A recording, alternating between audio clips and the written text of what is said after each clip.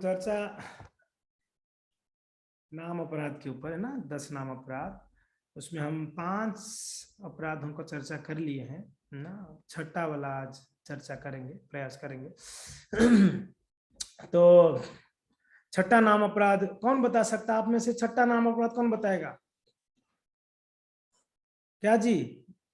लक्षिता बोल, छठा नाम अपराध कौन सा है? जल्दी, दूसरों को टाइम नहीं देनी है नोटबुक देखने के लिए। नहीं पता है तेरे को? कौन बताएगा? कीर्तिदा, क्या है छठा नाम अपराध? हरे कृष्णा, आवाज आ रही है प्रभु जी मेरी? हाँ, नाम के बल पर पाप करना। Very good. नाम के बल पर पाप कर्म करना ये छठा नाम अपराध है। तो पहले समझना होगा पाप क्या है, फिर तभी तो समझ पाएंगे कि ये नाम के बल से भी पाप हो सकती है क्या। तो यस, पाप का अर्थ शास्त्र के अनुसार जो कार्य शास्त्रों की विरुद्ध है वो पाप है। शास्त्रों में जो कार्य, क्या 7th है, 6th है तो 7th क्या है? तो शास्त्रों के विरुद्ध जो कार्य है उसको पाप कहा गया है कि नहीं? अधर्म, अधर्म भी कह सकते हैं, पाप भी है। तो शास्त्र में बहुत सारी चीजें मना की गई है, ये नहीं करना है, और उस चीजों को करना ही पाप है। तो ये पाप, कभी कभी हम ये सोचते हैं अभी हम भक्त हो गए तो हमसे कोई पाप नहीं हो रही है, अभी तो हमने तो 4 पाप से मुक्त हो गए, तो अभी हमसे कोई पाप नहीं हो रही, हम तो पूरा धर्मात्मा बन चुके हैं, है कि नहीं है? तो ये अहंकार से हम जी रहे अभी कि हम कोई पाप नहीं कर रहे हैं, मगर कुछ ऐसे पाप हमसे हो जाती है जो अनजाने से, जानबूझ के तो होती ही है, कुछ अनजाने से भी हो जाते हैं पाप। तो ये पाप होती कैसी है जी? ये पाप कैसे होती है? हमसे पाप कौन कराता है? गीता में भगवान क्या बोले? छठा कौन सा है? नहीं नहीं, एक मिनट को तो इसमें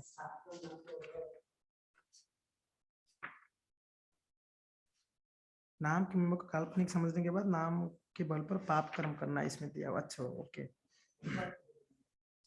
ठीक है। तो 7 नंबर है। थैंक यू आपने, कीर्ति माता जी ने याद कराया, ये 7 नंबर है। हम कंफ्यूज थे। तो यस, ठीक है, ये 7 नंबर को हम चर्चा कर लेते, फिर छठा नंबर चर्चा करेंगे। तो पाप कार्य कैसे होता है? पाप कौन कराता है? गीता में भगवान क्या बोले? पाप कौन कराता है? रजोगुण। गुणों के प्रभाव से हम पाप करते हैं ना, गुणों के प्रभाव में आकर। और हरिदास ठाकुर कहते हैं भगवान को कि पाप 2 कारण से होता है। जैसे अनर्थ के बारे में हम जब चर्चा किए थे, हम बतलाए थे अनर्थ 4 प्रकार के अनर्थ हैं। आप में से कौन बता सकता है 4 प्रकार का अनर्थ किनको याद है? पुष्पांजलि माता जी, आपको याद है 4 प्रकार का अनर्थ? नहीं याद है? किसको याद है आप में से अनर्थ? जो आगे आगे पढ़ाते जा रहे तो पीछे पीछे भूलते भी जाना चाहिए ना, याद नहीं रखने का, याद रखेंगे तो फिर वो भी एक अनर्थ है, याद रखना है। राधे, चलो आप हंस रहे तो आप ही बताओ क्या है वो 4 अनर्थ है? आपको नहीं पता है? कौन बताएगा जी? जो बोले वो सिकंदर। देखते हैं कौन सिकंदर बनेगा, किसको स्मरण है, कौन बताएगा फास्ट, जल्दी। क्या बिंदु माता जी क्या सोच रहे हैं? तुरंत बताना चाहिए, प्रभु जी ये अनर्थ है करके। गौरव, गौरव नहीं था शायद क्लास में। मोहित प्रभु, आपको स्मरण है क्या अनर्थ है? नहीं है? हे भगवान। चलो अच्छी बात है, याद नहीं करना बहुत अच्छी बात है, गुड। तो 4 प्रकार के अनर्थ हैं, क्या क्या है जी?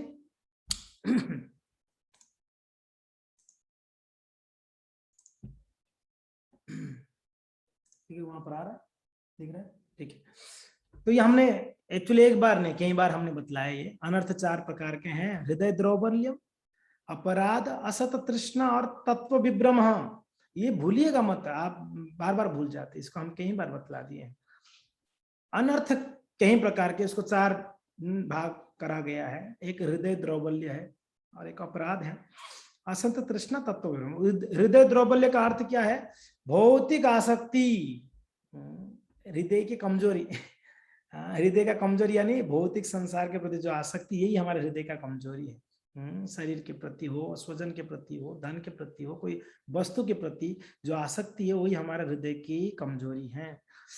अपराध तो हम चर्चा कर ही रहे हैं, नाम अपराध के बारे में अभी, वैष्णव अपराध है, सेवा अपराध है, जीव अपराध है। असत तृष्णा, ये क्या है? भक्ति की विरुद्ध जो भी इच्छाएं हैं हमारे, इसको असत तृष्णा कहा जाता है। तृष्णा यानी इच्छा, असत यानी मीन्स जो जरूरत नहीं है भक्ति के लिए, है ना, भक्ति की विरुद्ध इच्छाएं हैं।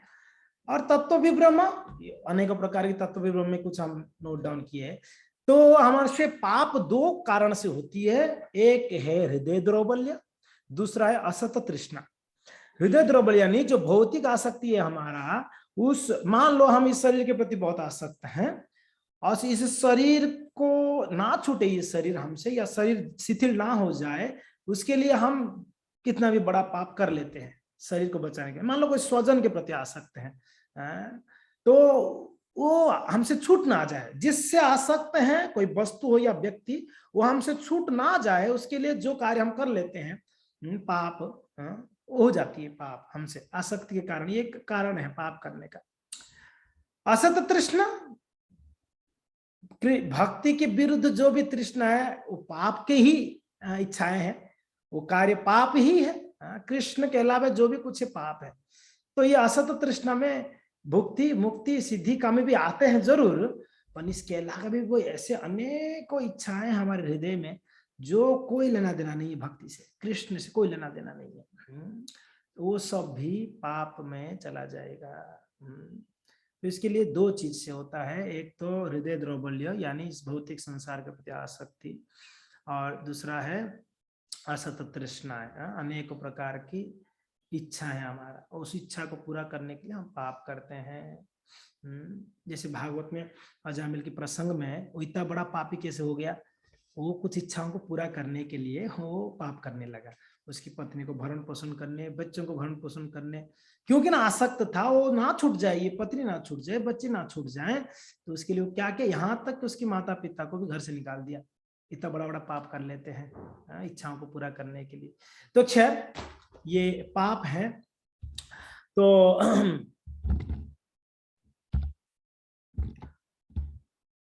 ये पद्म पुराण में बताया गया है, अप्रारब्ध फलम पापम कूटम बीजम फलोन्मुखम कर्मेणैव प्रलीयते प्रलीयेत विष्णु भक्ति रतात्मनाम। तो कहा जाता है कि एक है अप्रारब्ध, दूसरा है बीज, तीसरा है प्रारब्ध और चौथा है कूट। अप्रारब्ध क्या है? ये पाप का कैटेगराइज है। अप्रारब्ध यानी वो प्रभाव जो अभी फलीभूत हुआ नहीं है, ठीक है। आपने पाप कर लिया है, उसका फल अभी तक आपको नहीं मिला है, आपने ऐसे कार्य कर लिया है शास्त्र विरोध, मगर इसका फल नहीं मिला। कुछ कुछ फल तुरंत मिलते हैं, कुछ फल टाइम लगता है। जैसे उदाहरण के लिए दारू पियोगे, ठीक है, पाप है, दारू पीने से तुरंत क्या फल मिलेगा हमको? तुरंत रिएक्शन क्या है? क्या होगा? सर पकड़ लेगा, सर दुखने लगेगा। मेरा एक्सपीरियंस नहीं है, हमने दूसरों का एक्सपीरियंस सुना है, वही बतला रहे हैं। तो सर दुखेगा इत्यादि इत्यादि। बाद में और कुछ रिएक्शंस होते हैं, बाद में इतना निंदा का पात्र बनता है व्यक्ति, है कि नहीं? तो कुछ फल तुरंत मिलते हैं पाप के, कुछ फल कुछ समय के बाद मिलता है। तो ये अप्रारब्ध यानी कुछ ऐसे फल है, प्रभाव है, अभी तक वो फलीभूत नहीं हुआ है, वो है, मिलेगा कभी ना कभी। बीज क्या है? बीज यानी जो हमने बो दिया है, हमने जो पाप कर लिया है, बीज रूप में पड़ा रहने वाला प्रभाव, वो पड़ा है, वो उगेगा धीरे धीरे, फिर वो प्रारब्ध हुआ, मिलेगा। प्रारब्ध क्या है? वह प्रभाव जो पहले ही प्रौढ़ हो चुका है, मीन्स अभी मिलने, बस मिलेगा, पक गया है, आपका फल पक गया है, अभी आपको मिलने वाला है वो कष्ट। कूटम जो प्राय पौढ़, मीन्स लगभग लगभग, कुछ होता है ना, मान लो आम है, कुछ आम लगभग पक रहा है और कुछ आम पक गया, अभी मिलेगा ही आपको। समझ में आ रहा है ना? तो यही है आप एक फल को अगर उदाहरण में लोगे तो इसको क्लियरली समझ में आ जाएगा आपको। तो ये पद्म पुराण में बहुत सुंदर रूप से समझाया गया है। मगर कहते हैं विष्णु की भक्ति से क्या होता है, ये सब भी प्रभाव से मुक्त हो जाते हैं। ठीक है। तो हरिदास ठाकुर जी कहते हैं पापो आरो पापो बीजो पापेरो वासना अविद्याताहार मूलो ये तीनों यंत्रणा, पाप, फिर पाप की बीज, ठीक है, पाप की बीज और पाप की जो वासना है यानी जो इच्छा है, पाप करने का जो इच्छा है, बीज है हृदय में जब तक बीज रहेगा तब तक पाप करने की इच्छा होता रहेगा। बीज जब आपका नष्ट हो जाएगी, मीन्स फिनिश हो जाएगा, तब पाप की वासना खत्म हो जाएगा। तो कहते हैं ये जो तीन है ना, पाप करने की इच्छा, पाप की बीज और पाप, ये तीनों, ये अविद्या, और इसी से हमको सारे यंत्रणा मिलती है संसार में। ये तीन हमारा लिए सबसे बड़ा कष्ट है इस संसार में। बद्ध जीव के लिए सबसे बड़ा कष्ट कहते हैं हरिदास ठाकुर ने। तो श्री चैतन्य महाप्रभु जब पूछते हैं इस पाप के बारे में तो हरिदास ठाकुर जी उसको वर्णन करते हैं कि हरिदास बोले नो नाम शुद्ध सत्वमय, भाग्यवान जीव करे नाम रे आश्रय। ये हरिनाम का जो आश्रय करता है वो भाग्यवान है, और जो भी व्यक्ति इस हरिनाम का आश्रय करता है, हे भगवान अति शीघ्र तार अनर्थ दूर जाए। हरिदास ठाकुर कह रहे हैं जो भी नाम का शरण लेता है बहुत जल्दी उस व्यक्ति का सारे अनर्थ दूर हो जाएंगे। हृदय दौर्बल्य आर स्थान नहीं पाए। नाम जपते रहेगा जो व्यक्ति, नाम का शरण जो ले लिया है, उस व्यक्ति के हृदय में जो भी ये अनर्थ है वो सभी नष्ट हो जाएंगे, और उसके हृदय में वापस हृदय द्रौबल्य अवस्था नहीं मिलेगा, उसको वापस उस स्तर पे नहीं आएगा हृदय द्रौबल्य, अगर नाम जपता रहेगा तो। कंडीशन है कि नाम जपते रहना है। प्रॉब्लम यह है कि हम नाम जपना छोड़ देते हैं, जब परेशानी आती तब छोड़ देते हैं। उस समय तो ज्यादा जपनी है, परेशानी जब सामने आए तभी ज्यादा नाम जपनी चाहिए। हम लोग जब प्रसन्न रहते हैं, सुखी रहते हैं, तभी नाम जप लेते हैं। हाँ चलो अभी शरीर अच्छा है और वातावरण अच्छा है। कभी कभी निर्जला एकादशी में, प्रभु जी निर्जला एकादशी में मैं तभी नाम ज्यादा जप करूंगी या जप करूंगा 64, एटमोस्फियर अच्छा होना चाहिए, ज्यादा धूप नहीं होना चाहिए, हाँ ज्यादा तकलीफ नहीं होनी चाहिए, तो हम आराम से बैठ के जप करेंगे। ज्यादा धूप होगा तो हमसे नहीं होगी जप। कंडीशन, हम कंडीशनल भक्त है ना, कंडीशन लगाते हैं जप करने के लिए भी कंडीशन चाहिए। या एसी का कमरा हो तो अच्छा जप करेंगे, सुविधा हो तो, है कि नहीं। जब कठिनाई आती है तो हम नहीं करते हैं। पर यहाँ पर हरिदास ठाकुर कहते हैं देखिए जो जपते रहेगा वो व्यक्ति के हृदय में जो भी अनर्थ है वो नष्ट हो जाएंगे। और दोबारा कहते हैं हृदय द्रौबल्य आर स्थान नहीं पाए, उसके हृदय में वापस जो अनर्थ गया वो नहीं आएगा। अगर जपता रहेगा तो, छोड़ देगा तो आ जाएगा। ये ऐसे हैं अनर्थ है, आप अगर बंद कर दोगे, नाम बंद हो गया तो वापस सारे कचड़े आ जाएंगे हृदय में। जितना आप साफ किया था, झाड़ू मारना बंद होते ही वापस सारा कचरा भर जाएगा। इसके लिए नाम जपते रहना, यानी साफ करते रहना एवरीडे। चेतो दर्पण मार्जनम भव महदावाग्नि निर्वापणम, ये रोज रोज साफ करना चाहिए, मार्जन करनी चाहिए। चेतो दर्पण मार्जन एवरीडे। इसलिए सुबह उठते ही हमारा 16 माला जप करते हैं हम, क्योंकि ना रोजाना ये प्रश्न नहीं करते कि प्रभु जी रोज 16 क्यों, कभी 2-4 कम कर ले, है कि नहीं। कभी 2-4 कम भी करनी चाहिए। कभी कभी प्रभु जी रोज 16 करता हूँ, एक दिन नहीं किया तो क्या हो गया। कभी ऐसे ही बोला चाहिए प्रभु जी रोज 16 ही क्यों, कभी कभी 64 भी होना चाहिए, ऐसा भी कभी कभी विचार होनी चाहिए। हम सिर्फ ये विचार करते नहीं रोज 16 क्यों, थोड़ा 8 कर लें, कभी 10 कर लें, कभी रोज करनी है जी। गुरु वैष्णव की कृपा है, श्रील प्रभुपाद जी ने नियम दिया है।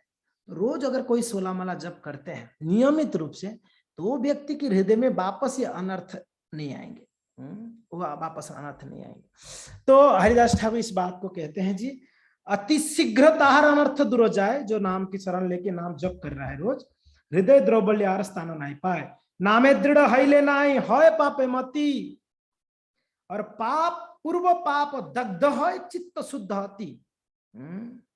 नाम दृढ़ हैले, अगर जिस व्यक्ति ने दृढ़ता से नाम जप कर रहा है, नाय होय पापे मति, उस व्यक्ति का पाप में मति लगेगा ही नहीं जी।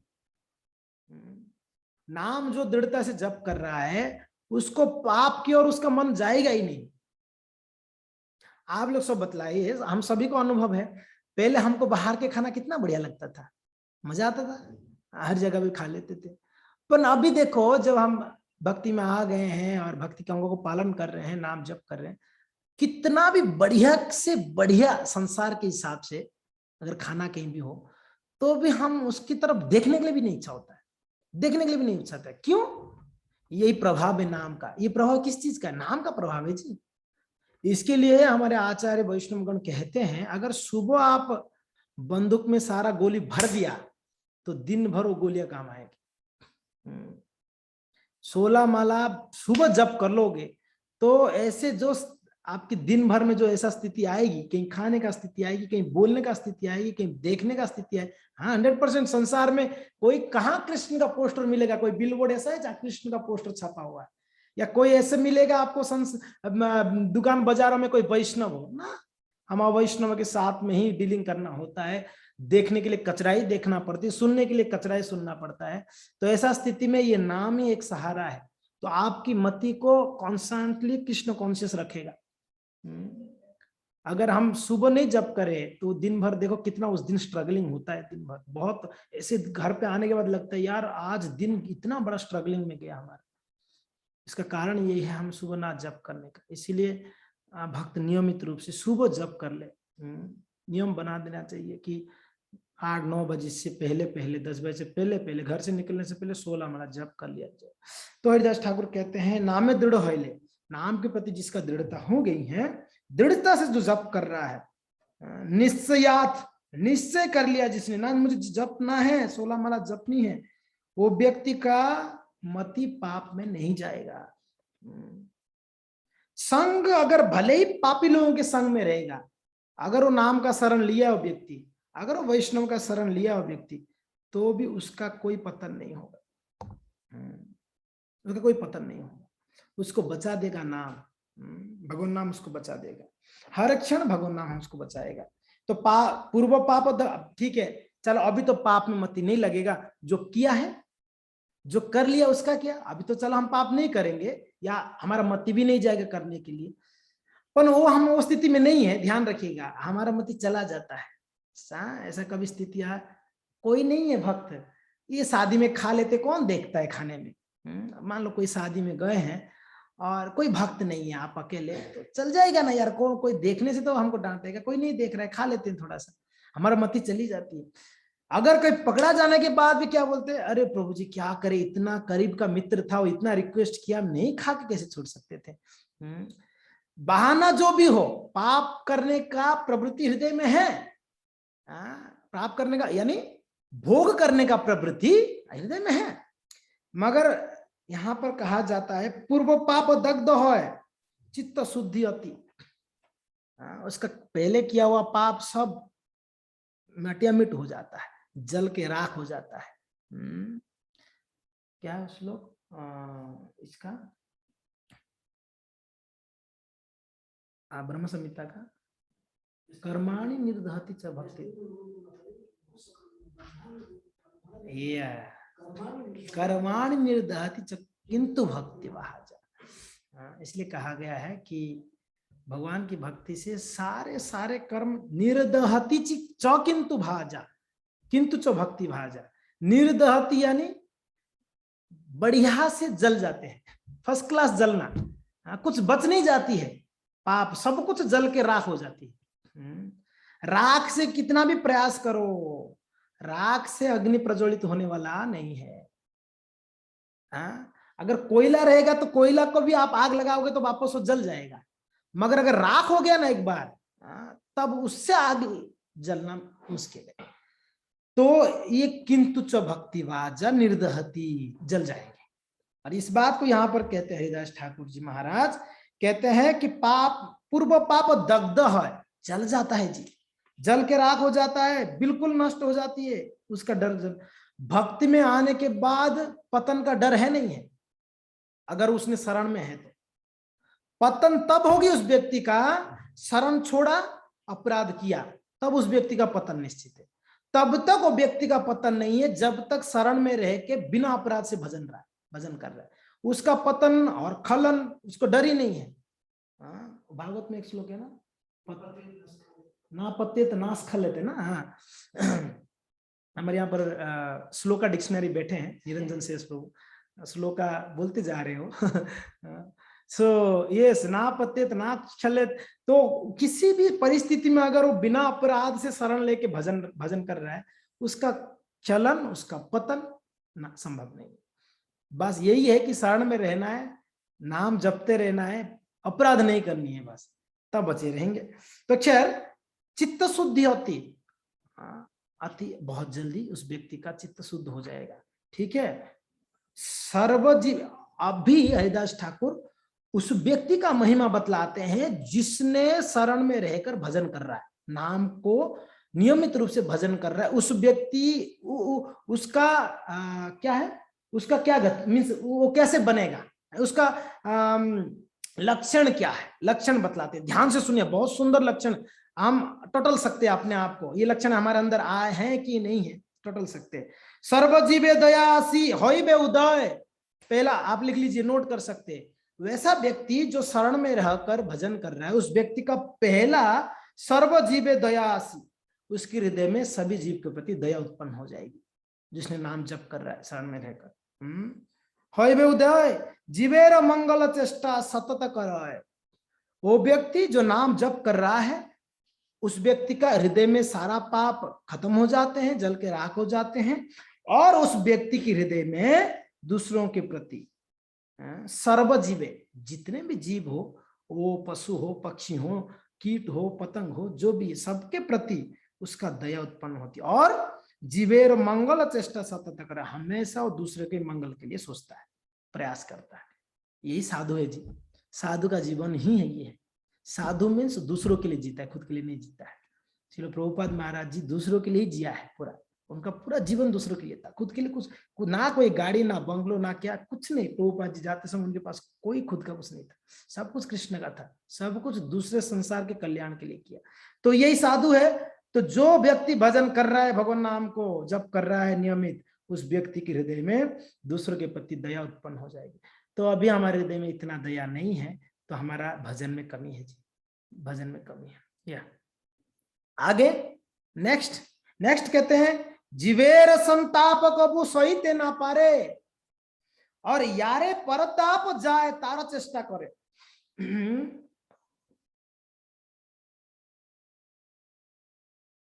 क्या बोल रहे हैं? जीवेर संताप कबू सहिते ना पारे, दूसरों का कष्टों को किसी भी हाल में सहन नहीं कर पाएगा व्यक्ति, किसी भी हाल में नहीं सहन कर पाएगा। और हमारा नेचर है दूसरों का सुख को किसी भी हाल में सहन नहीं कर पाते।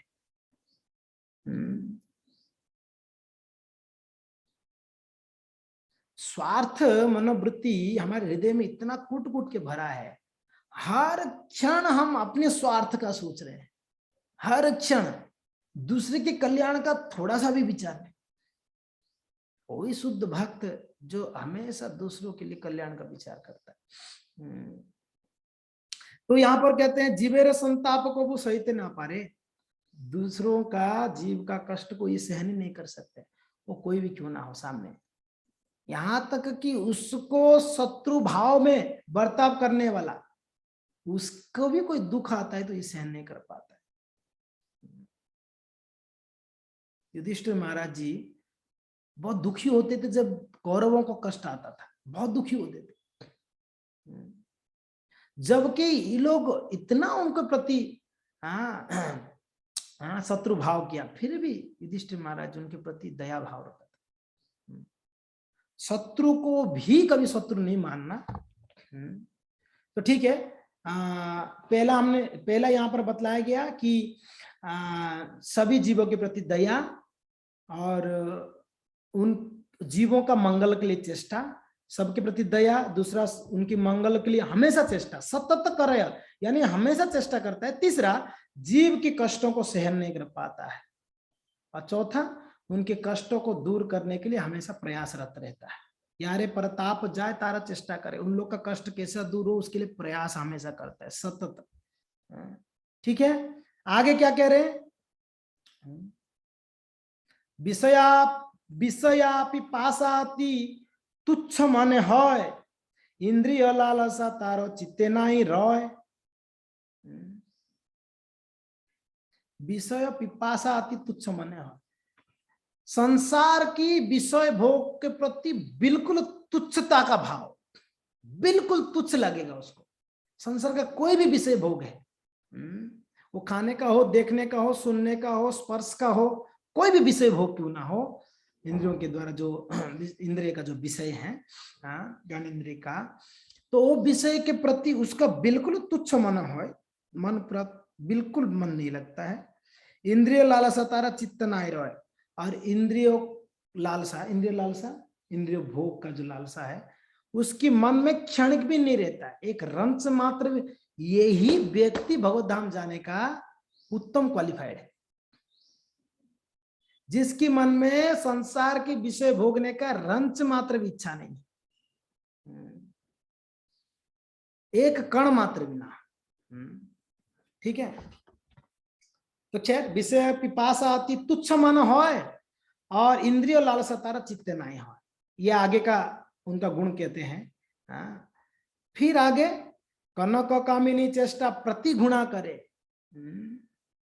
कनक और कामिनी, कनक और कामिनी यानी धन और स्त्री, स्त्री के लिए पुरुष, पुरुष के लिए स्त्री, इसके लिए चेष्टा प्रति घृणा करे, धन के लिए, कामिनी के लिए हमेशा घृणा करता है, तुच्छ, उसको तुच्छ लगता है ये सब।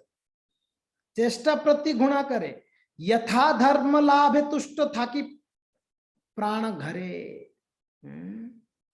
ठीक है, शुद्ध और नैतिक कार्य से जो कुछ भी उसे प्राप्त होता है वो उसमें संतुष्ट रहता है और अपना जीवन यापन करता रहता है। ठीक है, नोट कर रहे हैं, कोई एक जन नोट करिएगा ना। ठीक है, लक्षिता तुम नोट कर रही है, ओके वेरी गुड। यहाँ पर क्या कहते हैं, कनक और कामिनी धन और स्त्री के चेष्टा के प्रति पूरा घृणा करता है, और आगे कहते हैं यथा धर्म लाभ तुष्ट था कि प्राण, जो भी कुछ उसको धर्म से मिल जाता है उससे संतुष्ट रहता है, जो भी कुछ उसे मिला है, और ज्यादा इच्छा नहीं करता है। समझ में आ रहा है ना, उसको धर्म से जो भी उसका कमाई होगी उसी से तुष्ट रहता है, हाय हाय नहीं लगा रहता है। फिर आगे भक्ति अनुकूल सब कर स्वीकार, भक्ति प्रतिकूल नहीं करे अंगीकार। और दो गुण बतलाते हैं, जो भी भक्ति की अनुकूल चीज है उसको तुरंत स्वीकारता है, और जो भी भक्ति के प्रतिकूल उसको त्यागता है। ये शरणागति की भाव है जी, षड्विध शरणागति में ये दो शरणागति में आता है, अनुकूल चीजों को स्वीकारना, भक्ति के प्रतिकूल चीजों को वर्जन करना। ठीक है, भक्ति अनुकूल सब करे स्वीकार, भक्ति प्रतिकूल नहीं करे अंगीकार, उसको स्वीकारता नहीं, त्याग देता है।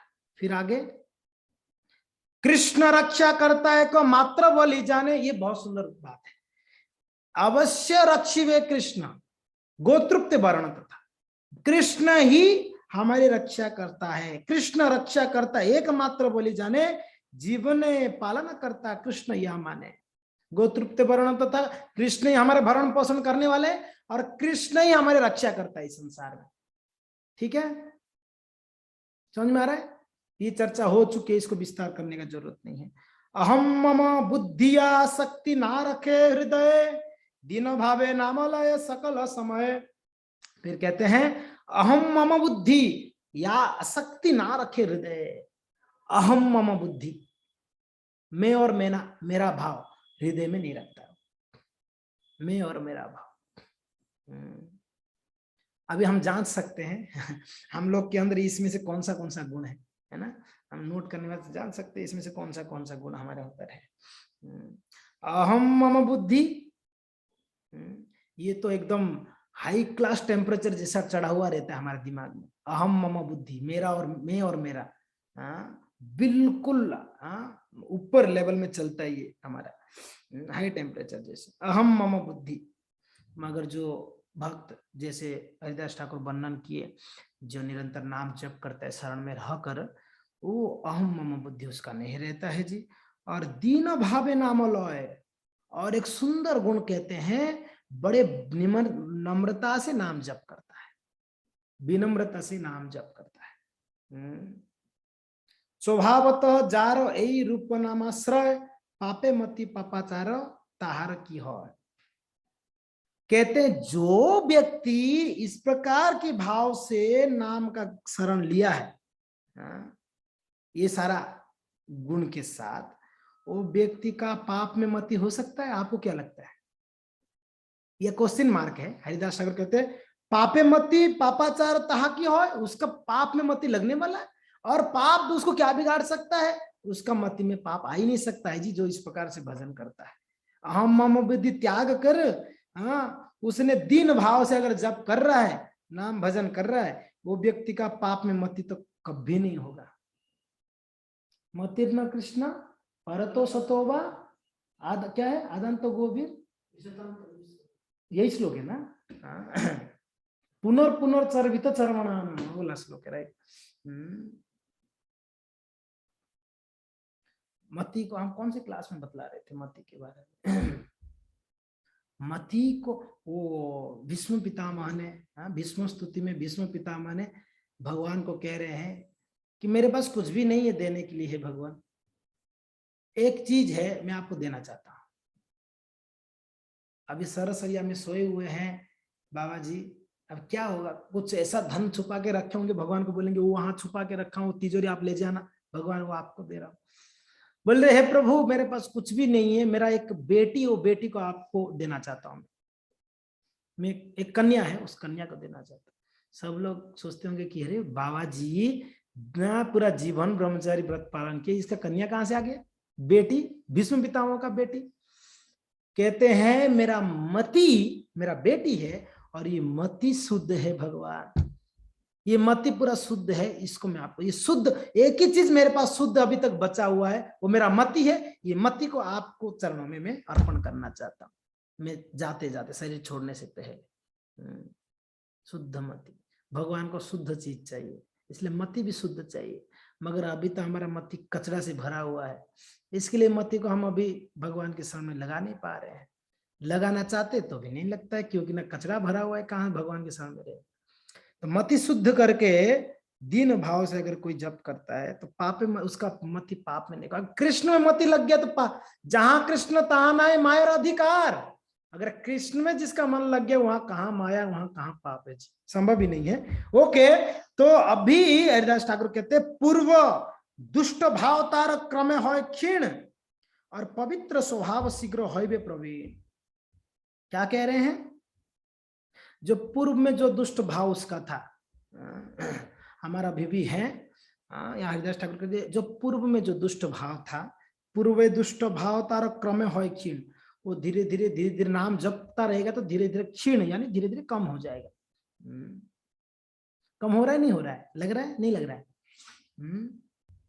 किसका बहुत फास्ट कम होता है तो किसका धीरे धीरे कम होता है। जो भजन में जितना प्रवीण है, जो अपराध से जितना बच रहे हैं, उसका जो दुष्ट भाव है, पूर्व पहले का जो दुष्ट भाव है, वो धीरे धीरे घट रहा है फटाफट।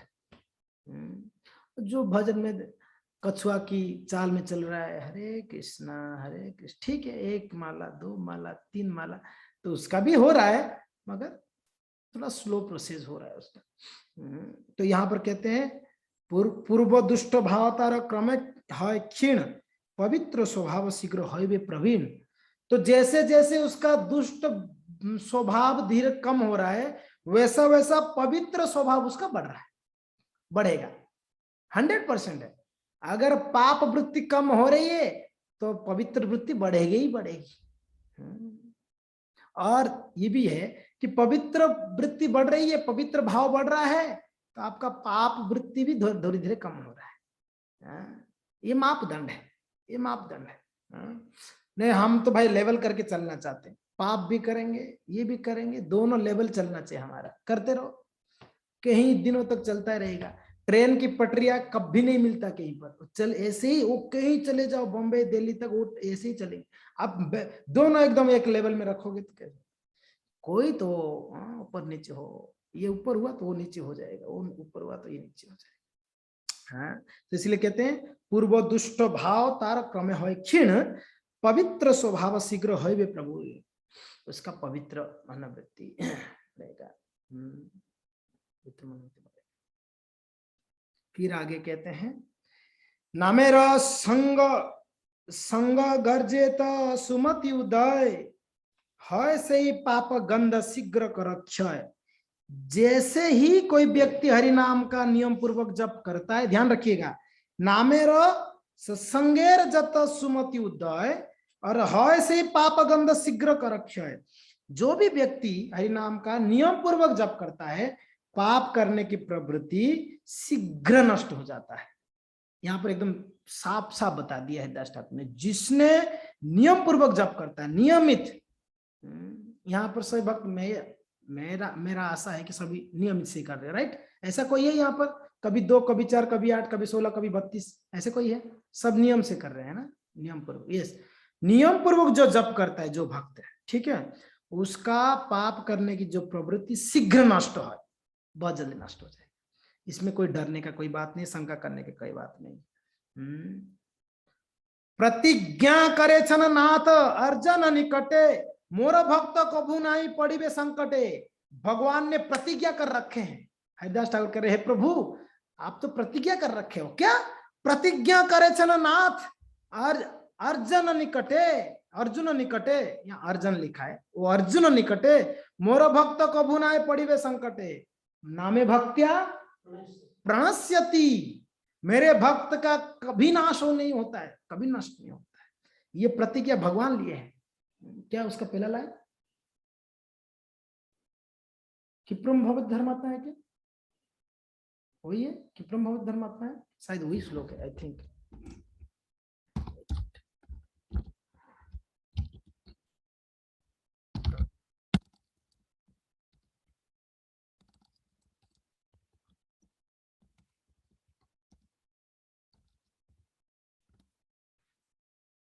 वही है क्षिप्रम भवति धर्मात्मा स्वच्छन्ति निगच्छन्ति कौन्तेय प्रतिजाना ही नामे भक्त्या प्रणश्यति।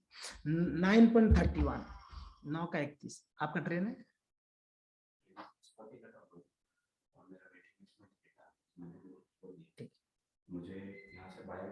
ठीक है, प्रभु से बात करो, मेरा क्लास चल रहा है।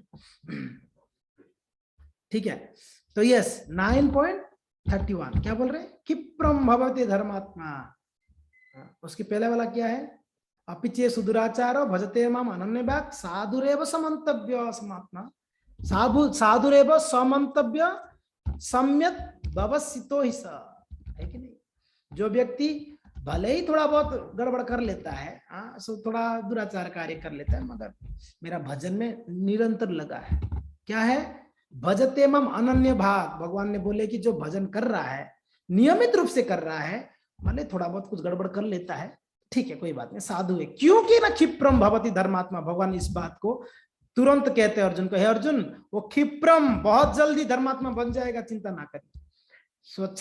स्वच्छन्ति निगच्छन्ति कौन्तेय प्रतिजाना ही नामे भक्त्या प्रणश्यति। तो प्रतिज्ञा करे छन नाथ अर्जुन निकटे, मोर भक्त कभू नहीं पड़िबे संकटे, मेरा भक्त कभी संकट में नहीं पड़ेगा। अगर पड़ गया तो मैं हूं ना, मैं रक्षा करूंगा। अगर पड़ भी गया, अगर मेरे शरण में पड़ेगा नहीं, ये तो पक्का है, कभी मेरा शरण छोड़ के कुछ करना चाहता तब पड़ेगा, मुझे छोड़ेगा। गजेंद्र छोड़ा, भगवान को छोड़ के भोगना गया तो पड़ा संकट में, मगर भगवान ने फिर रक्षा भी किया, ऐसी बात नहीं है। तो मुझे छोड़ेगा नहीं तो संकट में नहीं पड़ेगा, मुझे पकड़ के रखना चाहिए। कृष्ण को हमको पकड़ के रखना है, कृष्ण हमको हमें नहीं पकड़े, हम पकड़ के रखेंगे। अगर बेटा माँ को पकड़ गया, माँ भी उसको जोर से पकड़ के रखेगी। समझ में आ रहा है? आप बंदरों को देखे हैं कभी? देखे ही होंगे। बंदर के बच्चे को देखा, एकदम जो छोटा है, कौन किसको पकड़ा रहता है? बंदर बच्चा को पकड़ा रहता है कि बच्चा बंदर को पकड़ा रहता है? आपने देखा कभी? कौन किसको पकड़ा रहता है?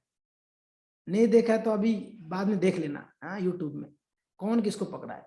बच्चा उसकी माँ की पेट को जकड़ के पकड़ा रहता है जी, माँ कूदता रहता है एक पेड़ से दूसरा पेड़, एक छत से दूसरा छत, वो बच्चा नहीं गिरता है, वो जकड़ के पकड़ा रहता है। वैसे कृष्ण को हमको पकड़ना पड़ेगा, कृष्ण को पकड़ना पड़ेगा। अगर हम कृष्ण को पकड़ के रखे तो कृष्ण हमको कभी कोई संकट आने नहीं देगा। इसलिए बंदर की बच्चा को कभी संकट नहीं आता, वो माँ उसको हमेशा सुरक्षा देता है, कभी नहीं संकट आने देता है। दोनों, या तो माँ को हम, या तो हम कृष्ण को पकड़े या कृष्ण हमको पकड़े, मगर हम कृष्ण को पकड़ने के लिए प्रयास तो करें कम से कम, है कि नहीं। खैर, यस, संकट समय आमी हईब सहाय, अतएव पाप जाए तुम्हारा कृपाय। हे भगवान, भगवान ने प्रतिज्ञा की है, संकट समय आमी हईब सहाय, जब संकट आएगा मैं उस समय आपको सहायता करूंगा। तो इसके लिए अतएव पाप जाए तुम्हारा कृपाय, भगवान की कृपा होगी तो पाप से हम मुक्त हो सकते हैं। इसलिए भगवान क्या कहते हैं 18वां अध्याय में, सर्वधर्मान परित्यज्य मामेकम। धारा माता जी आप सुन रहे हैं? आप सुन रहे हैं धारा माता जी? यस, या ध्यान दीजिए। हाँ, सर्वधर्मान परित्यज्य मामेकम शरणम व्रज अहम त्वाम सर्व पापेभ्यो। ये वर्ड महत्वपूर्ण है। भगवान ये नहीं बोले कि 50% ही पाप में मुक्त करूंगा आपको, 50 नहीं करूंगा। आप अगर पूर्ण शरणागत होते तो मैं पूरा आपका पाप को धुल दूंगा। इसके लिए ये श्लोक कंडीशनल श्लोक है भगवान का। आप यो यथा माम प्रपद्यंत ताम तथैव भजामि, ठीक है, जो जितना मेरे शरण में आता है मैं उतना ही रेसिप्रोकेट करता हूं। इसलिए भगवान ने उसको क्लैरिफाई करने के लिए 18 अध्याय में कहते हैं कि पूर्ण शरणागत हो गए सारा पाप धुल दूंगा, चिंता मत, ना मासुचो डरो मत। मगर पूर्ण शरणागत भी तो होना चाहिए हमें, तब ना पूर्ण पाप। अरे इतना सारा पाप है, पूर्ण शरणागत हो जाइए, सारा पाप धुल देंगे भगवान। इतना कष्ट आ रहा है हमें, इसका अर्थ यह है कि हमारा पाप का घड़ा अभी भी है, बचा हुआ है, कुछ ना कुछ पाप है, इसलिए तो उस कष्ट।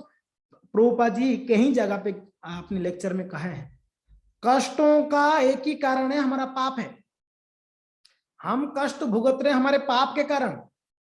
अगर हमारा जीवन में अभी कष्ट आ रहा है तो कहीं ना कहीं हमारा पाप का वजह से ही मिल रहा है। अगर भगवान सारा पाप भर लेते हैं तो कष्ट है, किसी के जीवन में आएगा कष्ट? आपको क्या लगता है? अगर भगवान सारा पाप भर लिए तो कष्ट तो ही नहीं है। तो इसका मतलब ये कंफर्म हो गया कि अभी भी हमारा पाप का खाता बाकी है, कंप्लीट नहीं हुए, वो खत्म नहीं हुए हैं। वो तब होगा जितना हम पूर्णतया शरणागत होंगे, उतना आप जितना हो रहे उतना पाप भगवान काटते जा रहे। वहां 2%, तो भगवान 2% आपके पाप के खाता को कट कर देंगे। यमराज जी इसका 2% कट कर दो वहां से, तो तुरंत कट हो जाए। आप अगर 10% हो गया तो यमराज जी को 10% काट दो। 100% तो 100% कंप्लीटली डिस्ट्रॉय कर, आपकी वो जो हार्ड डिस्क होगा पाप का या पेन ड्राइव होगा, उसको पूरा फॉर्मेट मार देंगे भगवान। फॉर्मेट कुछ नहीं रहेगा उसमें। यह तो इस बात को कहते हैं कि संकट समय आमी हई सहाय, अतएव पाप जाए तुम्हार कृपाय, ज्ञान मार्गी कष्टे पाप करी दमन, तबाश्रय छाड़ी शीघ्र हई तपतन। जो ज्ञान की मार्ग का अनुसरण करते हैं ना, इंद्रियों को नियंत्रण करने के लिए संघर्ष करते रहते हैं। ज्ञान मार्ग बड़ा कठिन है। हरिदास ठाकुर जी धीरे धीरे समझा रहे, मैं यहाँ हरिनाम चिंतामणि किताब से बतला रहा हूँ।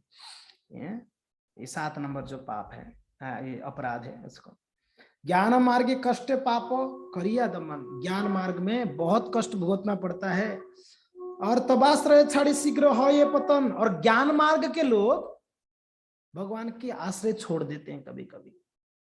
आपको क्या लगता है? भगवान ने भविता में कहते हैं चतुर्विधा भजते माम जन्म स्वीकृति न अर्जुन। क्या है? आर्त जिज्ञास अर्थार्थी ज्ञानी च भरत श्रव। 4 प्रकार के लोग मेरा भजन करते हैं। कौन कौन? आर्त, अर्थार्थी, ज्ञानी और जिज्ञासु। उसमें भगवान नेक्स्ट श्लोक में कहते हैं ज्ञानी श्रेष्ठ है। ये चारों में कौन श्रेष्ठ है? ज्ञानी श्रेष्ठ है। ज्ञानी श्रेष्ठ इसलिए बतलाया कि ज्ञानी व्यक्ति जल्दी से भक्त बन जाएगा। समझ में आ रहा है? मगर ज्ञानी को भक्त के समान नहीं कर सकते हैं। ज्ञानी को आप भक्त के समतुल्य नहीं कर सकते। ज्ञानी हाँ उसकी जिज्ञासा है, उसकी जो ज्ञान है ना वो कृष्ण को जल्दी से वो समझ सकता है, भक्ति करने लगेगा। मगर ज्ञानी व्यक्ति का पतन भी निश्चित है, पतन का भी भय है। मैं आपको एक उदाहरण देता हूं, मैंने शायद कई बार बतलाया। एक परम पूज्य गोपाल कृष्ण गोस्वामी महाराज के एक शिष्य थे, प्रचंड विद्वान। इस्कॉन में मुझे नहीं लगता था कि उस समय उनसे बड़ा कोई विद्वान था, इतना विद्वान, बड़े स्कॉलर, संस्कृत स्कॉलर। वो क्लास देते थे तो हमारे तो पल्ले ही नहीं पड़ता था उनका क्लास। कई क्लास हमने सुना उनका, हमारे पल्ले नहीं पड़ता था। और बड़े बड़े विद्वान जो पंडित है उनको पल्ले पड़ता था, मगर उतना नहीं पड़ता था। उनका क्लास इतना हाई नॉलेज वाला होता था, फिलोसफी वाला होता था। शास्त्रों से ऐसे ऐसे श्लोक बोलते थे, ऐसे ऐसे कोटेशन देते थे। विद्वान, दीक्षित भी थे। मगर क्या हुआ पता है आप लोगों को? वो सोच रहे थे ये ज्ञान ही श्रेष्ठ है। धीरे धीरे धीरे धीरे ये जो सूक्ष्म है जी, सारा चीजें ना हमको नहीं पता चलता, ये चीजें सूक्ष्म है। अगर भक्ति को छोड़कर बाकी जो भी चीज है, अगर मैं अच्छा गा रहा हूं, मैं अच्छा बोल रहा हूं, मैं अच्छा सेवा कर रहा हूं, मैं जो भी, ये सारा सूक्ष्म सूक्ष्म चीज, ये चीजें हमको कभी भी डुबा देगा। मैं गीता को जानता हूं या भागवत को जानता हूं, मुझे तो बहुत ज्ञान है, मैं अच्छा बोल सकता, जो भी है, ये सारे हमको लगता है कि मैं तो, ये सब भक्ति ही है। मगर जो सूक्ष्म चीज है ना, थोड़ा सा भी मन में रंच मात्र भी कहीं इच्छा है सम्मान का, वो कीड़ा ऐसे घुसे के ऐसे ऐसे ऐसे खत्म कर देता है अंदर से। जो दिमाग होता है पता है, वो दिमाग अंदर अंदर से ऐसे खोखला करता है ना लकड़ी को, बाद में कुछ नहीं बचता है। वो पूरा हाथ में लोगे तो पाउडर हो जाता है लकड़ी। ये जो इच्छा है ना, कृष्ण के अलावा जो भी इच्छा है, ये ऐसा इच्छा है भक्त के हृदय में जो आता है, वो हमारे अंदर पूरा खोखला बना देता है हमारे भक्ति को। तो भक्त इतना विद्वान थे भक्तों, धीरे धीरे धीरे धीरे उन्होंने प्रभुपाद जी की बातों को काटने लगे। विद्वान, विद्वान है, तो फिर प्रभुपाद जी के आचार्य को बात को अगर काटा, उसका क्या गति होगी? फिर धीरे धीरे क्या हुआ, फिर इस्कॉन में उनको बैन किया गया। यहां तक कि उन्होंने इस्कॉन छोड़ के एक दूसरा संस्था बना दिए। फिर महाराज जी ने बोला कि ये मेरा शिष्य ही नहीं, महाराज जी त्याग दिया। अगर गुरु जी को त्याग दिया, उनका क्या गति होगी? फिर क्या कमी था? साधना, इतना बढ़िया फर्स्ट क्लास साधना, इतना अच्छा सम्मान मिलता था उनको, इतना ज्ञान, इतना शास्त्रों का नॉलेज। उससे अच्छा तो अंगूठा छाप भी ठीक है, वो ज्ञानी से तो अच्छा अंगूठा छाप भी ठीक है। चुपचाप भजन कर रहा है, जो कुछ ज्ञान नहीं है, बहुत अच्छा, कोई बात नहीं है। वो ब्राह्मण ठीक है, साउथ इंडिया के, दक्षिण भारत के, गीता पढ़ना नहीं आ रहा है तो उल्टा पकड़ के पढ़ रहा था। वो बेचारा रो रहा था, आगे पीछे कर रहा था, ऐसे ऐसे रो रहा था। महाप्रभु ने बोला, क्यों रो रहे बाबा जी? बोले कि महाशय, गुरु ने बोला गीता पढ़ना नहीं आता है, क्या पढ़ो? गुरु तो मुझे कह दिए, मगर पढ़ना नहीं आता है। फिर रो क्यों रहे हो? रो तो इसके लिए रहा हूं, भगवान कितने दयालु हैं, उनकी भक्तों का रथ खींचते हैं, ड्राइवर बन चुके हैं, देखिए फोटो में। तो महाप्रभु बोले कि असलियत में आप श्रेष्ठ ज्ञानी हो, आप सब जान लिए हो। जो कृष्ण को, जय कृष्ण तत्ववेता से ही गुरु है। कृष्ण को समझने वाला जो जान लिया, अब कृष्ण को समझने वाला कभी भी ऐसे कार्य नहीं करेगा। आचार्यों को क्रॉस करके जाना, भक्तों को क्रॉस करके जाना, अपराध करना नहीं। अगर भगवान को सही से समझ गया, भक्तों को समझ गया, तो कभी अपराध नहीं करेगा। खैर जो भी है भक्तों, यहाँ पर हरिदास ठाकुर इस बात को कहते हैं, ज्ञान मार्गी कष्ट पाए, बहुत कष्ट में रहते हैं ज्ञान मार्गी, बहुत दिक्कत होती है उन लोगों को। ता तबाश्रय छाड़ी, वो भगवान के आश्रय को छोड़ देते हैं। शीघ्र है तो पतन, उनका पतन हो जाती है बहुत जल्दी ज्ञानी लोगों को। इसके लिए बहुत, चलो हमारा तो टेंशन नहीं, हम इतना ज्ञानी नहीं है। जो ज्ञानी उनको टेंशन होगा ना गिरने का, हम तो ज्ञानी नहीं, हमको डर नहीं है। और कहते हैं कि जो अपने आप को सोच रहा है कि मैं ऑलरेडी गिरा हुआ, तो उसको क्या गिरना है? जो व्यक्ति सोच रहा है मैं गिरा ही हुआ हूं, उसको गिरना क्या है? जो व्यक्ति सोचता है मैं बहुत ऊपर उठा हूं, मैं बहुत बड़ा हूं, तो उसका गिरने का चांसेस रहता है। वो गिरेगा, वो व्यक्ति गिरेगा, वो व्यक्ति कष्ट पाएगा संसार में हमेशा, जो अपने आप को बड़ा माना है, मैं कुछ हूं, मैं क्वालिफाइड हूं, मैं इसके लिए मैं क्वालिफाइड हूँ, या इसके लिए मैं क्वालिफाइड हूँ, मैं कुछ हूँ। वो व्यक्ति हर कदम उसको कष्ट मिलना है। जो व्यक्ति अपने आप को हमेशा छोटा कर रख दिया है तो उसको कष्ट तो कैसे मिलेगा। हाँ, वो अपने आप को इतना नीचे करके रखा, जो भी कष्ट आएगा तो ठीक है, हाँ, मेरा कर्मों का फल है।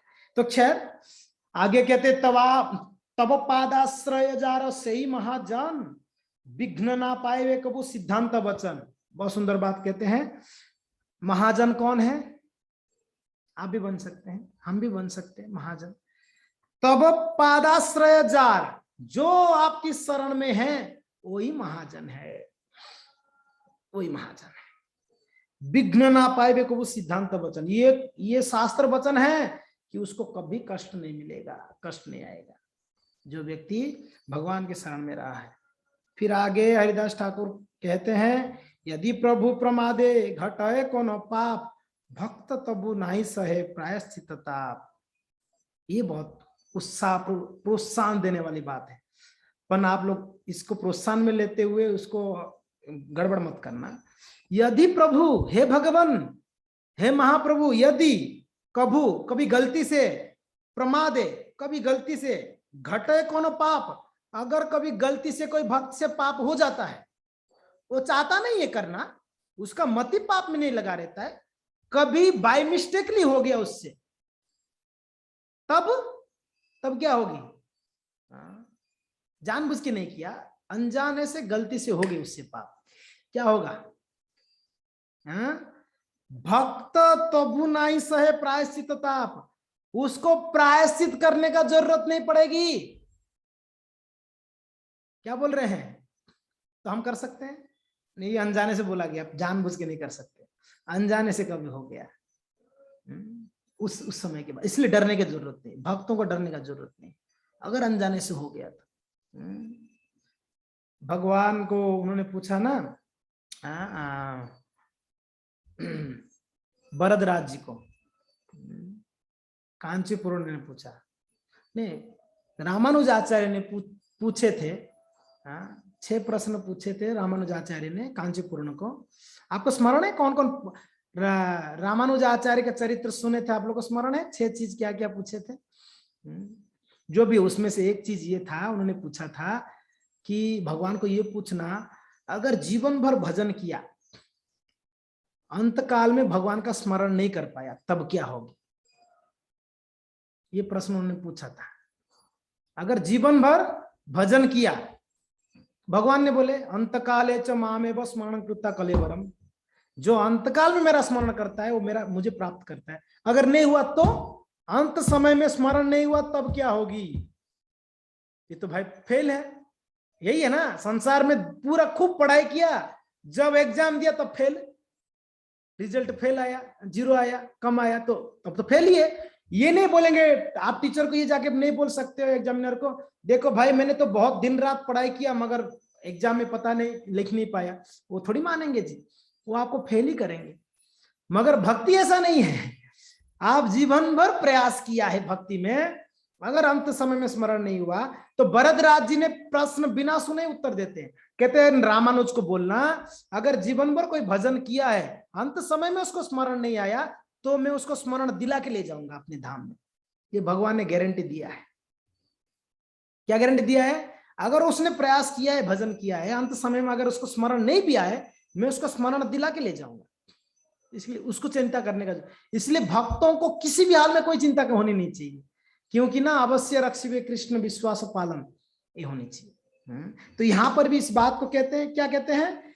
प्रभु तबा यदि कबू प्रमादे घटाए कौन पाप भक्त तबु नाई सहे प्रायश्चित ताप, उसको उसका जो पाप का प्रायश्चित का ताप नहीं मिले, उसको प्रायश्चित करने का जरूरत नहीं है। से पाप क्षणिको नाही पाप अवस्थिति नाम रसे भेसे जाए नाही देय दुर्गति। वो जो पाप है ना, कौन सा वाला? जो अनजाने से अगर कभी हो जाता है, वो पाप क्या है? से पाप क्षणिक, और ना ही पाप अवस्थिति, वो ज्यादा समय टिकती नहीं है। जैसे पद्म पत्ता के ऊपर जल कितना समय टिकेगा? आपने कभी देखा है पद्म पत्ता? कभी कोई कौन कौन देखे? देखे हो ना? हाँ, उसके ऊपर जल कितना समय टिकेगा? बहुत ज्यादा समय नहीं टिकेगा, बहुत क्षणिक रहता है। हाँ? जीवन टलमल, क्या है? जीवन टलमल, क्या वो मैं भूल गया, बहुत सुंदर भक्ति ठाकुर लिखे है ना। हाँ, वो ऐसे ही लिखे हैं कि जैसे कमल दल जल जीवन टलमल। यस, कमल पुष्प पे ऊपर जो जल की एक बूंद भी गिरता है जैसे टलमल होता है, ऐसा जीवन टलमल कहते हैं। तो वो जल ज्यादा समय टिकेगा नहीं। और एक उदाहरण ले लो कि गर्म पात्र है, मान लो कोई तवा है एकदम गर्म है, उसमें पानी छिड़काओ, कितना समय तक टिकेगा वो पानी? तुरंत वो जो है खत्म हो जाता है, राइट? आपने अगर एकदम गर्म तवा है तो उसमें पानी छिड़कोगे तो तुरंत वो। वैसे ही यहाँ पर इस बात को कहते हैं से पाप क्षणिक। अगर कोई अनजाने से कोई भक्त से कोई पाप हो भी जाता है अनजाने वाला, तो बहुत क्षणिक है, ना ही पाप अवस्थिति, वो पाप रहता ही नहीं है जी, वो तुरंत खत्म भी हो जाती है। नाम रस से भेजे जाए ना दे ना दे, वो नाम जपते रहता है ना, नाम जपते रहता है, इसके लिए वो नाम की रस से वो क्या हो जाता है? खत्म हो जाती है। वो दुर्गति नहीं देता, वो पाप दुर्गति नहीं देता है। अनजाने वाला, जानबूझ के करोगे तो भाई वो तो। मगर देखो, भक्ति करने से पहले क्या कहते हैं? भाई आप जानबूझ के करो या अनजाने से करो, आपको भुगतना तो पड़ेगा, है राइट? उदाहरण क्या देते हैं? अगर कोई छोटा बच्चा है, वो उसको पता नहीं था ये आग जला देगा, वो हाथ डाल दिया आग के अंदर, जलाएगा नहीं जलाएगा? जलाएगा, राइट? जलाएगा। मगर भक्त होने के बाद क्या उदाहरण दे रहे हैं हरिदास ठाकुर जी? अद्भुत। कहते हैं अगर अनजाने से भक्त होने के बाद पाप हो जाता है, कर्मियों के लिए नहीं है, कर्मियों के लिए जानबूझ के कर रहे या अनजाने से करे, उनको हर एक पाप को भुगतना है जी। मगर भक्ति करने के बाद अगर कोई नाम का शरण लिया हुआ व्यक्ति, वो अगर कोई अनजाने से कर लेता है तो उसको डरने का जरूरत नहीं, उसको कोई दुर्गति नहीं होगी। ठीक है, आगे क्या कहते हैं? आगे बहुत सुंदर बात कहते हैं, किंतु यदि, फिर कहते हैं अगर कोई, किंतु यदि कोनो जन नामे करी बल, अगर कोई व्यक्ति नाम को आधार कर कर आचरे नूतन पाप से जन चंचल, और से केवल कपट या करी आश्रय नाम अपराधे पाए शोक वृत्ति भय। अब हरिदास ठाकुर कहते हैं देखो, कोई अनजाने से पाप हो गई, उससे उसका कोई टेंशन लेने का जरूरत नहीं, उसका कोई रिएक्शन नहीं है। मगर अगर किंतु यदि कोई जानबूझकर पाप करता है, नाम को बल समझकर, नाम है सारा पाप से धुल देता है नाम, ये सोचकर अगर कोई पाप करता है, समझ में आ रहा है? यही है नामात बलात् पाप बुद्धि, नाम नाम बलात् पाप युद्ध। अगर कोई ये सोचता है नाम सारा पाप से धुल देगा ना, मुझे क्रिश्चियन लोग क्या करते हैं, क्रिश्चियन लोग ना चर्च में जाते हैं, हफ्ता में एक बार पादरी के पास जाके बोलते हैं हमने हफ्ता भर तक जो भी पाप किया है क्षमा कर, हमें क्षमा करिए और उस पाप से हमें निवृत्त कर लीजिए। तो बोलते ठीक है चलो हम आपका सारा पाप निवृत्त। वापस आके क्या करते हैं? वापस शुरू, वापस शुरू। वैसे अजामिल की प्रसंग से पहले सुखदेव गोस्वामी बात इस बात को कहते हैं, जो प्रायश्चित है वो कैसा है? हाथी के स्नान के बराबर है। कुंजर शौचवत, हाथी के स्नान के बराबर कहा गया है। आप लोग समझ में आ रहा है नहीं समझ में आ रहा है? कुछ लोग बात कर रहे हैं, कुछ लोग किचन में काम कर रहे हैं, कुछ लोग फोन में बात भी कर रहे हैं, कुछ लोग और कुछ कर रहे हैं और कुछ कर रहे हैं।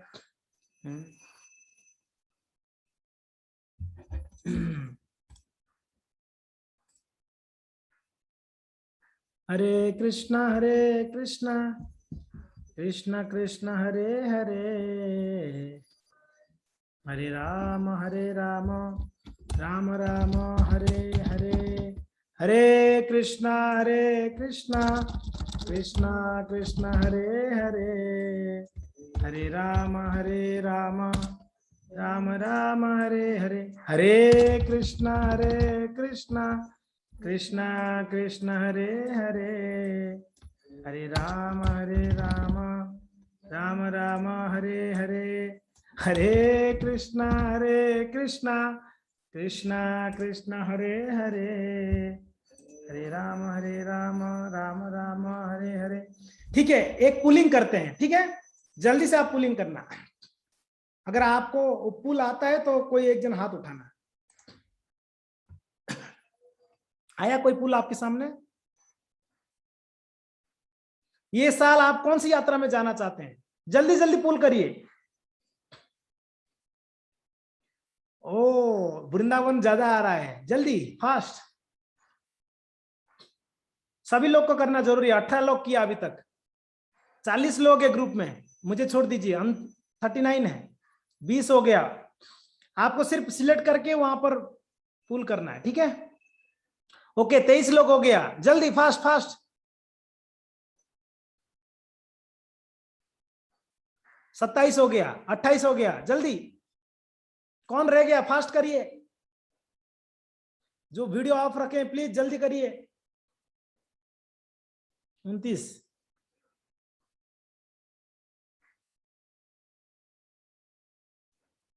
बस हो गया। 30 और 9 जन रह गए कोई। ठीक है, सब कर लिए? ओके, ठीक है, ओके, डन। रिजल्ट देखना चाहते हैं? कौन सा ज्यादा है? वृंदावन ज्यादा है।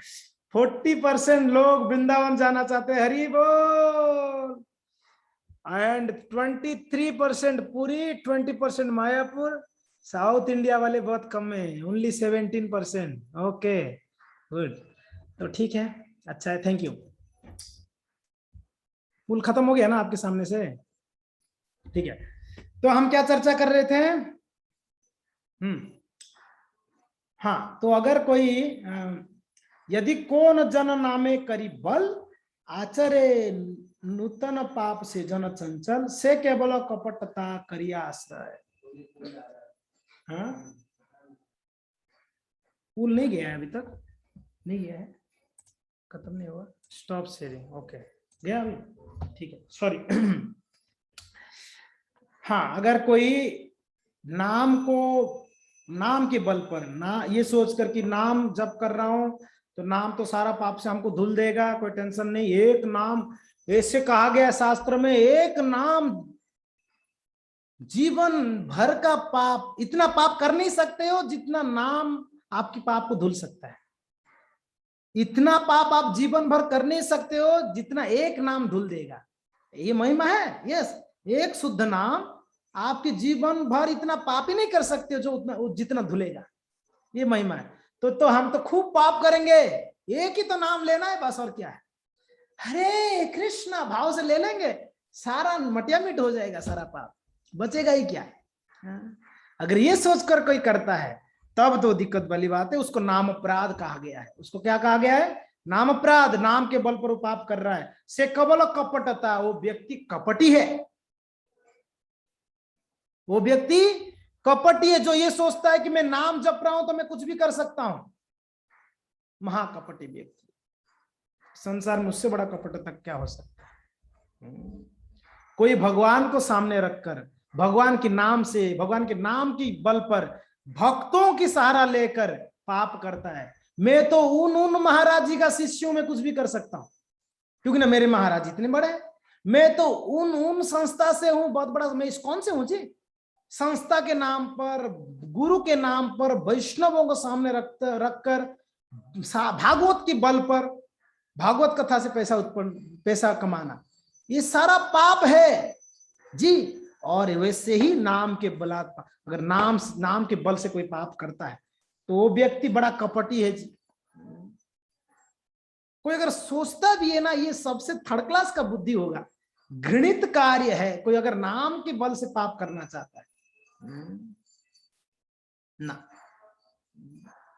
यहां तक कहा गया है कि कोई भी भक्ति की अंगों से अपना भरण पोषण भी नहीं करनी चाहिए। समझ में आ रहा है? भरण पोषण इन द सेंस, मैं ये सेवा कर रहा हूं या जप कर रहा हूं तो मुझे इतना मिलना चाहिए, मुझे ये होना, मेरा घर कैसे चलेगा? ये भी कॉन्शियसनेस ठीक नहीं है कि मैं कर रहा हूं तो मुझे मिलना चाहिए, मैं मंदिर में सेवा कर रहा हूं मुझे मिलना चाहिए, मैं नाम जप कर रहा हूं तो मुझे रिपोर्ट में मिलना चाहिए। ये भी कॉन्शियसनेस ठीक नहीं है। कृष्ण भक्ति यानी निष्काम भक्ति जहां पर आता है, भक्तों के लिए निष्काम होना चाहिए, कोई कामना नहीं। कृष्ण भक्त निष्काम अतएव शांत।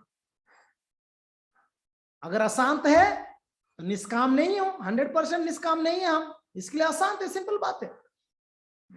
रोज बड़ा टेंशन है, 10 साल से जप रहा हूं, सब कर रहा हूं, सब सुन रहा, बड़ा टेंशन है, इसका मतलब निष्काम नहीं हो। भगवान चैतन्य चरितमृत में बताया गया है, भुक्ति मुक्ति सिद्धि कामी सकल अशांत। अशांत हो मीन्स कहीं ना कहीं भुक्ति या मुक्ति या सिद्धि, इसमें से कोई एक हो आप उसमें से, सिंपल बात है। वही व्यक्ति शांत है जो कृष्ण का पूर्ण शरणागत है। कृष्ण भक्त निष्काम, कंडीशन क्या है वहां पर, मेन चीज क्या बताया गया, निष्काम, उसका कोई कामना नहीं, ओनली कृष्ण और वैष्णव की प्रसन्नता के लिए कर रहा है, तो वो व्यक्ति शांत रहेगा। वो कभी कभी डिस्टर्ब नहीं होता है, कभी विचलित नहीं होता है, कभी नहीं विचलित होता है। अगर थोड़ा सा भी इच्छा है तब तो दुख तो मिलना है जी, सिंपल बात है। तो नाम अपराध पाए सो को मृत्यु भाव है। और वो व्यक्ति जो कपटी है वही पाप करता है नाम के बल से, और वो व्यक्ति का क्या स्थिति होती है, नाम अपराध से वो व्यक्ति हमेशा शोकाकुल रहता है। नाम अपराध पाए शोक मृत्यु भय, दो चीज उसको लगा रहता है, एक तो हमेशा शोक रहता है, दुख मिलता है, और दूसरा है कि मृत्यु का भय रहता है। भक्तों को मृत्यु का काय का भय है, नहीं डरता कोई, मृत्यु को कौन डरता, अगर वो सच्चा शरणागत भक्त है। हम में से पता नहीं, हम तो ऐसे नहीं है कि मूर्ति को नहीं डरते, ऐसा तो नहीं, हम तो डरते हैं, हर बार डरते हैं, मूर्ति को हर बार डरते हैं। कोरोना हुआ तो घबरा गए थे, क्या होगा, सच में मरने वाला हूं क्या, मरूंगा, अरे जपा नहीं क्या मरूंगा, मर जाऊंगा, अभी क्या होगा पता नहीं। वो सार्वभौम प्रभु बहुत अच्छी बात बोले थे ना, डरने का कोई जरूरत नहीं है। क्यों डरने का कोई जरूरत नहीं। वो एक व्यक्ति फ्लाइट में जा रहा था, फ्लाइट में जा रहा था, तो फ्लाइट इम्बैलेंस हुआ, तो सब डर रहे थे, तो इसको ये नाम जप रहा है, हरे कृष्णा कृष्णा कृष्णा हरे हरे, हरे राम राम राम हरे हरे, जप रहा है, उसको कोई टेंशन ही नहीं है, फ्लाइट बिल्कुल इम्बैलेंस है। तो बाजू वाला बोल रहे, भाई साहब तेरे को डर नहीं लग रहा है क्या, तू हंस रहा है, बढ़िया मजे से जप रहा है, डर नहीं लगता है। बोले काय का डर है, बोले कि भाई मरने का डर नहीं है, बोले कि ये फ्लाइट गिर ही नहीं सकता है। बोले कैसे, नहीं ऐसी इतना कॉन्फिडेंस, नहीं फ्लाइट गिरेगा ही नहीं। बोले ऐसे कैसे, बोले देखो भगवान ने बोला है जो नाम जप करता है वो भगवत धाम जाता है, जो नाम जप करता है वो भगवत धाम जाता है, और मैं नाम जप कर रहा हूं, पहली बात है, मगर मैं भगवत धाम जाने का क्वालिफाइड नहीं हूं, तो मुझे भगवान तब तक नहीं मारेंगे जब तक मैं शुद्ध नहीं होता। तो इसलिए फ्लाइट तब तक गिरेगा ही नहीं, क्योंकि ना मैं शुद्ध नहीं हूं, शुद्ध होता तो भगवत धाम जाता, मैं शुद्ध नहीं हूं, नाम जप रहा हूं, तो ये फ्लाइट गिरेगा ही नहीं। वो कितना कॉन्फिडेंस से बोल रहा था, समझ में आ रहा है ना बात क्या था, क्योंकि ना मैं मरूंगा तो भगवत धाम जाऊंगा, और मैं शुद्ध नहीं हूं तो मुझे भगवत धाम भगवान ले नहीं सकते, बदमाश, इसको कैसे लेके जाऊं भगवत धाम, क्योंकि इसने पूरा जपा नहीं अच्छे से, अभी तक इसका अनर्थ भरा हुआ है, तो भगवत धाम तो ले नहीं सकते। और भगवान ये वचन दिया, नाम जपने वाला को भगवत धाम ले जाऊंगा, अभी भगवान कंफ्यूज, वो नहीं गिराएंगे, तो फ्लाइट कुछ नहीं होगा, चिंता मत करो। तो वैसे ही भक्त कभी टेंशन नहीं लेते मृत्यु का, उनको डर नहीं रहता है, मारे कृष्णा राखे कृष्णा ना मारे की पता है, भगवान रक्षा करना चाहते हैं, किसी का हिम्मत नहीं। तो खैर, मगर यहाँ पर हरिदास ठाकुर क्या कहते हैं जी, कहते हैं वो नाम अपराध से क्या हो जाएगा, वो व्यक्ति हमेशा शोकाकुल होकर रहेगा, हमेशा दुखी रहेगा, और दूसरा है कि मृत्यु का भय लगा रहेगा उस व्यक्ति को, उसको मृत्यु का भय लगा रहेगा। समझ में आ रहा है। अभी 24 नंबर पैर तक हुआ है, आप लोग के लिए एक होमवर्क है।